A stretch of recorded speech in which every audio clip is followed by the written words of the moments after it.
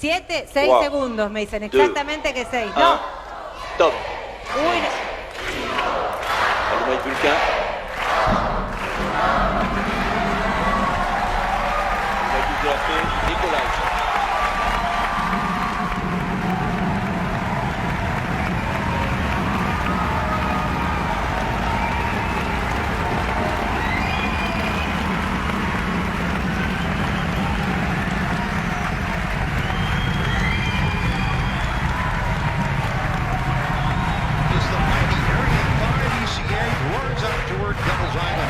One of those bucket list events to have launching in Area 5, thunder into the sky, developed CSG.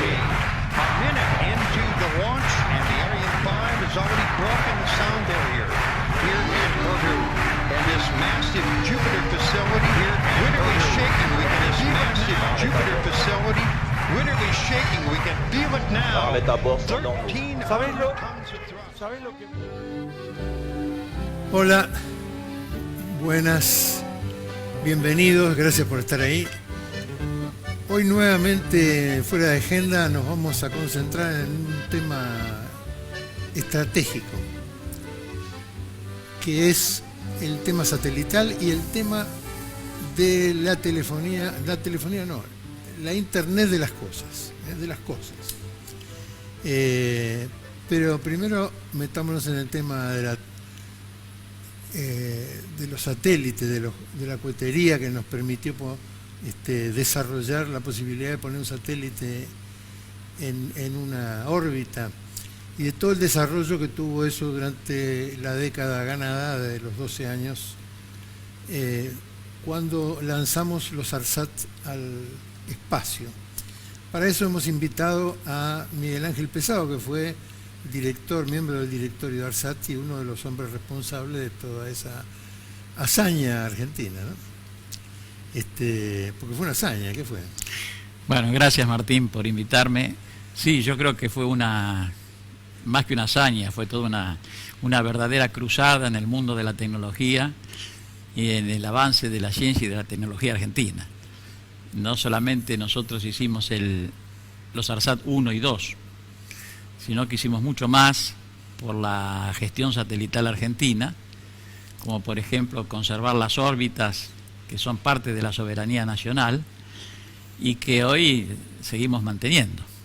Las órbitas vienen a ser como las rutas para las aerolíneas, ¿no? Establecer, digamos, un circuito, un lugar donde operar. Claro, es correcto. Es decir, las órbitas son las posiciones donde esos satélites tienen que ubicarse en el espacio. En este caso, para enfocarse en la zona donde está Argentina y en todo caso toda nuestra América, ¿no?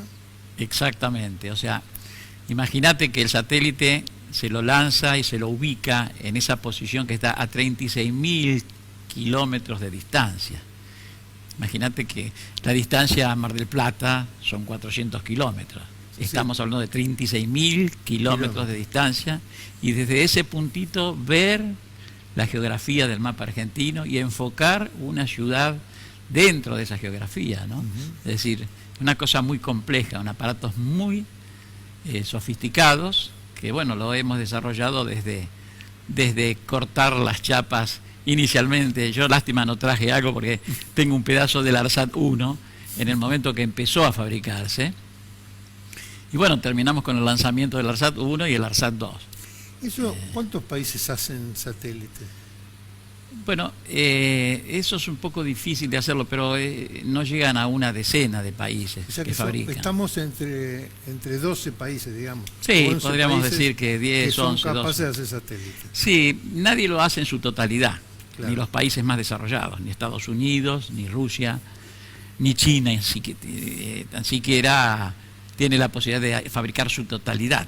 Es decir, siempre se suministran componentes que vienen de otros países, y con eso se integran los satélites de comunicaciones, los lanzadores también, que es otra parte de la historia argentina, y bueno, se hacen los proyectos satelitales, digamos, ¿no? Hubo un proyecto de lanzador, ¿no? Después de la experiencia del Cóndor y demás, se volvió a tener una experiencia. Bueno, sí, y se terminó siendo una experiencia exitosa, la del Tronador. Todavía está en curso el proyecto Tronador. No se ha descartado, entiendo que no se ha descartado del todo. Bueno, son lanzadores que te permiten poner lo que se llaman satélites de más pequeños, en este caso de órbita baja. Y de esos satélites de órbita baja hay mucho que hablar, porque nosotros fuimos a lo más difícil, sin empezar por lo más fácil. Y logramos lo más difícil, que fue los ARSAT. Mi padre decía, el que puede lo más, puede lo menos. Así es, creo que sí. En este caso es buen ejemplo, porque hicimos lo más difícil, que fue el desarrollo del ARSAT 1 y 2, la fabricación, los ensayos, del cual yo me siento orgulloso porque fui vicepresidente del Centro de Ensayos de Alta Tecnología, donde se midieron, se ensayaron los satélites después de fabricados. Y después, obviamente, llevados hasta la Guyana Francesa, donde se los puso en la cabeza de un cohete Ariane y se los envió al espacio, ¿no? Hasta que ocupó ese lugarcito que te digo a 36.000 kilómetros de distancia y empezaron ambos satélites a operar. ¿Qué valor tiene que nosotros desarrollemos satélites, que los fabriquemos, que los lancemos y que los administremos en relación a lo que hacen otros, que es alquilar otros satélites que están ahí? Bueno, es buena pregunta, porque por ejemplo, para mencionar un caso, nuestro vecino, Brasil, que tiene una gran infraestructura, tiene mucho poder económico, no se ha dedicado a la fabricación de satélites. Ellos tienen posiciones orbitales y tienen otra política distinta, arriendan esas posiciones orbitales para que otros operadores de satélites pongan sus satélites ahí. Nosotros hemos decidido desarrollar la tecnología satelital, en la cual hemos encontrado un grado de desarrollo muy importante. ¿Desarrollar esa tecnología nos abren puertas de manejar otras tecnologías? Claro, la tecnología de satelital no es una tecnología absolutamente enfocada en lo satelital, sino es una tecnología que se abre a una multiplicidad de industrias. O sea, quien hace un satélite está viendo desde la política ambiental hasta la política de alguna manera comercial, de distintas facetas que tiene la construcción del satélite, porque para darte una idea de lo que quiero decir, en Bariloche, que es donde se fabrican los satélites, en el INVAP, en los alrededores de la fábrica INVAP, hay pequeñas industrias que se dedican a muchísimas cosas. Por ejemplo, hay una gran industria que conozco, tuve la suerte de visitar, que fabrica piezas muy especiales, metalúrgicas, que van dentro de los satélites y que no se pueden atornillar, digamos así, sino tienen que ser hechas de una sola pieza, porque allá arriba no se pueden desarmar y armar los satélites, entonces se construyen cosas de una sola pieza. Esa industria ha tenido su origen, por ejemplo, en generaciones de europeos que se han instalado ahí y que también desarrollaron cuestiones ligadas a la industria petrolera, por ejemplo. Todo ese complejo industrial trabajó para la fabricación de los ARSAT 1 y ARSAT 2. Y eso es alta tecnología, ¿no? Es de la más alta tecnología que te puedas imaginar. Lástima que ahora, al haber una discontinuidad de eso y no haber un seguimiento de toda la producción de esas bueno, pero no nos componentes. metamos en lo que no funciona ahora, porque esta gente vino a destruir todo y nos pone en el lugar de desarmar todo lo que armamos. Hablemos de lo que hay que hacer, digamos. Bueno. Lo que hicimos es lo que hay que hacer. De alguna manera vos me das pie para decir algo más. Vos sabés que después del ARSAT 1 y ARSAT 2 venía el ARSAT 3. En cierta forma yo me convertí en un poco crítico, todavía en aquellos tiempos, del ARSAT 3. Primero porque no teníamos el lugarcito, la posición orbital aprobada por la UIT para poner ese satélite. Y segunda cuestión porque creí que la industria de los satélites podría orientarse a la fabricación de los satélites no geoestacionarios. O sea, los no geoestacionarios son satélites de órbita baja. Y los satélites de órbita baja, para decírtelo en forma sencilla, vendrían a ser como una fibra óptica en el espacio. Ajá. Y da lugar a constelaciones de satélites. No es uno, sino pueden ser 100, 200, 500 satélites. Con lo cual, si nosotros hubiéramos entrado en un proyecto de fabricar satélites de órbita baja, bueno, la proyección de construcción de satélites se hubiera prolongado por muchos años al ser parte de una flota lo que teníamos que construir. Lamentablemente ni una cosa ni la otra se hizo y estamos en un punto de inflexión complejo. ¿Para qué ¿no? sirven los satélites de órbita baja? ¿Para eso? ¿Para funcionar como una fibra óptica en el espacio, digamos? Sí, hay una cuestión. El satélite geoestacionario, que son los ARSAT 1 y 2, están muy lejos de la Tierra. Sí. Entre que la comunicación va desde la Tierra hasta el satélite y vuelve, tarda mucho. Mucho es 1 milisegundo, pero es Sí, mucho. sí, delay. 100 milisegundos, 600 milisegundos. El delay que uno El escucha delay, ese delay. entre uno que grita un gol que lo está viendo por cable y otro que lo está viendo por satélite. Exacto, o sea que ese delay que se introduce, que está en el orden del segundo, impide que ciertas comunicaciones se produzcan. Ajá. Los satélites de órbita baja están a 500 o 600 kilómetros de la superficie de la De Tierra, acá Mar del Plata. Sí. con lo cual la comunicación que va y viene es mucho más corta y más rápida. Entonces ese delay desaparece. Esto posibilitaría que los satélites de órbita baja sean la herramienta fundamental como complemento de las redes terrestres, en particular las redes que mencionabas anteriormente, que son las de 5G de quinta generación, que necesitan comunicar todo el planeta muy rápidamente, y la de Internet de las Cosas, la que se llama IoT. Hablemos un poco del Internet de las Cosas. El 5G, ¿qué es eso? Bueno, son las nuevas generaciones de móviles que vienen. En realidad, y también para decirlo sencillamente, el IoT, Internet de las Cosas, IoT, las siglas son en inglés, pero en definitiva es Internet de las Cosas, la traducción, es un sistema de comunicaciones que vendría a ser como una especie de reemplazo del Wi-Fi. Ajá. Y tiene tanta amplitud de aplicaciones que, bueno, lo vamos a tener hasta en nuestra heladera, en los aire acondicionados, en los autos. ¿Es eso que una persona sale de la oficina, va para su casa y desde el coche con un celular prende el aire acondicionado? Sí. Pone al fresco el vino, qué sé yo. Correcto. Prende Es la más, radio de su casa, digamos, para cuando llegue tenga correcto. música. Lo que ocurre es que desde donde esté, de su oficina hasta su casa, tiene que haber un vínculo. Claro. Y ese vínculo justamente es El las redes 5G. 5G, que son redes móviles superadoras de lo que son nuestras redes de celulares que usamos hoy, que son 4G todavía. ¿Qué particularidad tiene la red 5G? No solamente son para fines suntuarios, para abrir la heladera, para Sí, parar sí, el aire claro. acondicionado. Son- Para darte un ejemplo, las redes 5G son redes que se llaman de baja latencia. Quiere decir que la comunicación es muy rápida. Ajá. ¿Y en qué se refleja eso en la vida de la gente? Bueno, con una red 5G más Internet de las Cosas, un cirujano que está en Canadá podría operar robóticamente a un paciente que está en Argentina. Ajá. Este es el gran cambio que producen estas tecnologías.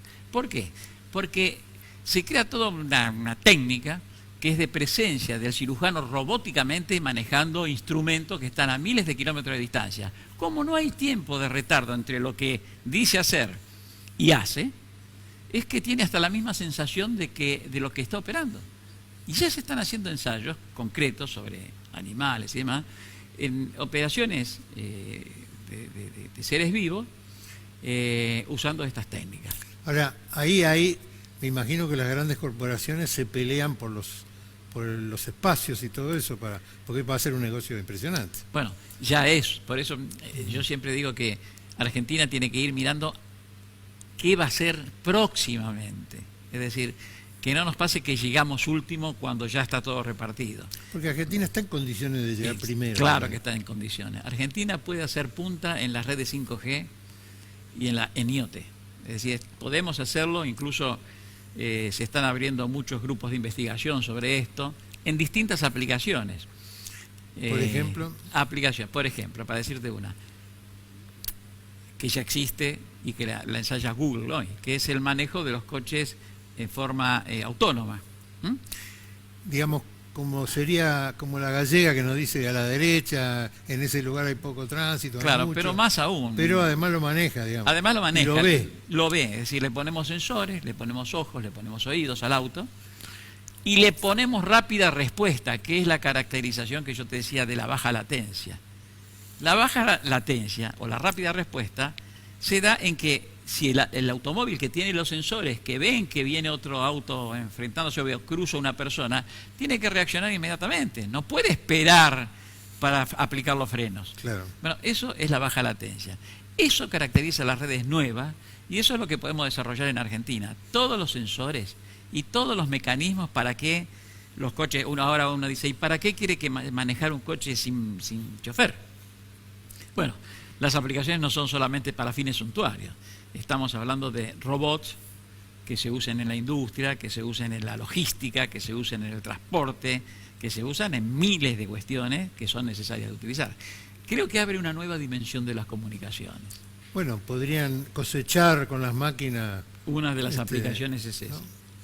Una de las aplicaciones es esa. De las miles que puede haber. De las miles que puede haber. Sí, sí, sí. Por un lado está el temor de quedarse sin trabajo y por otro lado está la idea de que podemos vivir con menos esfuerzo los seres humanos. Sí, yo creo que el temor de quedarse sin trabajo no debe existir, porque el trabajo se va a transformar. Y además porque el hombre va a trabajar siempre, digamos, porque Siempre. algo va a ser, digamos, y siempre lo que haga será útil para todos. No es prescindible en estas cosas tampoco. Porque uno cree, bueno, y al crear una máquina robótica que fabrique o que tramueva piezas o que integre equipos, el operario que hacía esa tarea deja de hacerlo. Pero claro, pero hay que crear el software, que hay que manejar las computadoras que hagan eso. El hombre tiene que cambiar sus funciones, digamos. Bueno, son las nuevas realidades, digamos, ¿no? Es otra realidad. Como cuando se inventó el teléfono o la televisión o lo que fuera, ¿no? Así es. Bueno, lo importante de todas estas cosas que vos que me estás preguntando y yo estoy comentando, es que estamos en el momento oportuno para entrar en esa nueva dimensión. Todas estas tecnologías recién se están definiendo en el mundo, aunque hay países que ya las tienen en aplicación. Argentina, como hizo con los satélites, ARSAT 1 y 2, yo creo que es oportuno que se inicie ya, de acá a un año, que nos pongamos a trabajar intensamente en el desarrollo de aplicaciones, de equipos, de sensores, de sistemas, de 5G y de Internet de las cosas, ¿no? Además de los satélites de órbita baja. En realidad todo eso sería parte de un plan de telecomunicaciones que el país lamentablemente no tiene.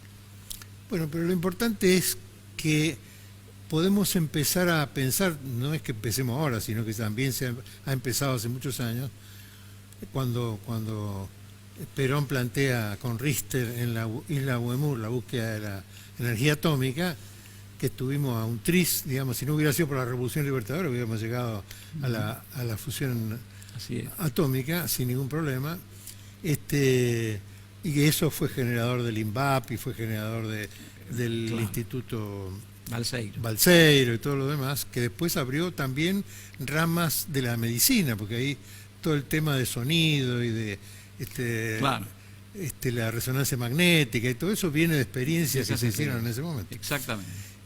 Así que Argentina tiene una parte, digamos, de potencia, ¿no? De ser Alemania o de ser China, de desarrollar y poder mirar las cosas con tiempo, con 50 años, como hacen los ingleses, ¿no? Adelante, es decir, nosotros tenemos la capacidad esa, no somos un pueblo pastoril, digamos, ¿no? Efectivamente, la capacidad innovadora, te diría yo, es decir, por ejemplo, el enunciado tecnológico de IoT, Internet de las Cosas, y 5G, ya existe, está. Claro.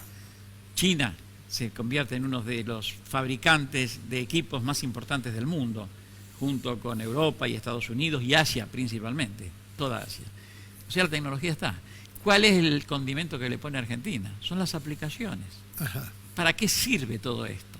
Es decir, encontrar los miles de aplicaciones en el ferrocarril, en el transporte, en la medicina, en las cuestiones espaciales, en las cuestiones de cualquier índole que hace a la vida cotidiana, se van a aplicar estas tecnologías. Repito. Sí, evitar accidentes, por ejemplo. Evitar con accidentes. El tren, con el subte, con la gran innovación. Los aviones, digamos, hay montones de aplicaciones. En todo lo que puedas imaginar. El gran descubrimiento, la gran mutación, digamos, en el mundo de las comunicaciones, es lo que te decía recientemente, que es la baja latencia. Sí, la rapidez de respuesta. La rapidez de respuesta. Cuando se incorporan muchos datos, mucho ancho de banda y baja latencia, todas las cosas pueden realizarse. O sea que estamos en el hito en el punto de inflexión del mundo de las comunicaciones, y de acá además hay que mirar la vida de otra manera. Lo vemos cotidianamente en nuestros celulares, que todos los días descubrimos algo. Bueno, ahora vamos a descubrir muchas cosas más. Así de sencillo. Sí, sí, porque ya están de alguna manera descubiertas, y yo creo que poniéndole la innovación argentina, las tecnologías existen. Volvemos a la epopeya de los ARSAT. Eso significó aprender a manejar grandes maquinarias, grandes dimensiones. Bueno, hay muchas anécdotas interesantes. Si querés, creo que por honor a la brevedad te voy a contar algunas. Cuando nosotros llegamos, ya teníamos en proceso de fabricación el ARSAT 1. Eso tiene un cronograma muy exigente de fabricación. Y el cronograma empieza por la contratación del lanzador, del cohete que lo va a llevar al lugar en el espacio. Entonces, de ahí para atrás hay que empezar a construir el satélite. No llegamos, bueno, hicimos gestiones en la UIT para mantener la reserva de la posición orbital más tiempo, porque era lo que necesitábamos para terminar de construirlo. Pero no obstante, nos encontramos con montones de tropiezos en la construcción, montones de tropiezos que no los conocíamos, no lo sabíamos. Y algunos tropiezos fueron casi, ahora lo puedo contar, ¿no? Porque fueron casi, estuvieron a punto de hacer abortar el proyecto, porque había un caso de un pegamento que unía ciertas partes de la estructura del satélite, y no teníamos la fórmula. Y los franceses, que nos proveían lo que se llama la carga útil, no nos querían proveer eso. Bueno, lo querían proveer. Si le pagábamos, lo proveían. Pero había una cuestión de honor de por medio. Queríamos fabricar nuestros propios satélites. Bueno, los técnicos nuestros, ingenieros argentinos, se pusieron a estudiar el tema y no podían encontrar la vuelta para encontrar la fórmula del pegamento. Un pegamento porque las piezas van pegadas, ¿no? Claro, hay piezas que van pegadas porque no pueden ir atornilladas, como te dije anteriormente. Y bueno, hicimos una reunión entre los que estaban en la parte constructiva, práctica de esto, y los que dirigíamos el proyecto. Dijimos, bueno, ¿qué hacemos? Bueno, tomémonos 24 horas más y decidimos entonces comprarle a los franceses el pegamento. Era casi un deshonor, se podía hacer, era un deshonor. Bueno, resumen, en esas 24 horas nuestros técnicos descubrieron el pegamento. El pegamento que existe y que está ahora volando en el ARSAT 1. Casi, te digo que llorábamos de la emoción. Argentina, claro. Pudimos seguir adelante el proyecto. Son anécdotas que la hemos vivido de cerca y nos han emocionado enormemente y han creado en nosotros risas y llantos de distinta naturaleza que hacia la creación de lo que estábamos, ¿no?, construyendo. Bueno, pusimos una reina, pusimos un papa y pusimos el pegamento y el ARSAT el pegamento, está en el aire. Así es, todavía vuelan los dos, y bueno, esperemos que puedan seguir volando otros satélites que hagamos. Muchas gracias. Gracias a vos, Martín.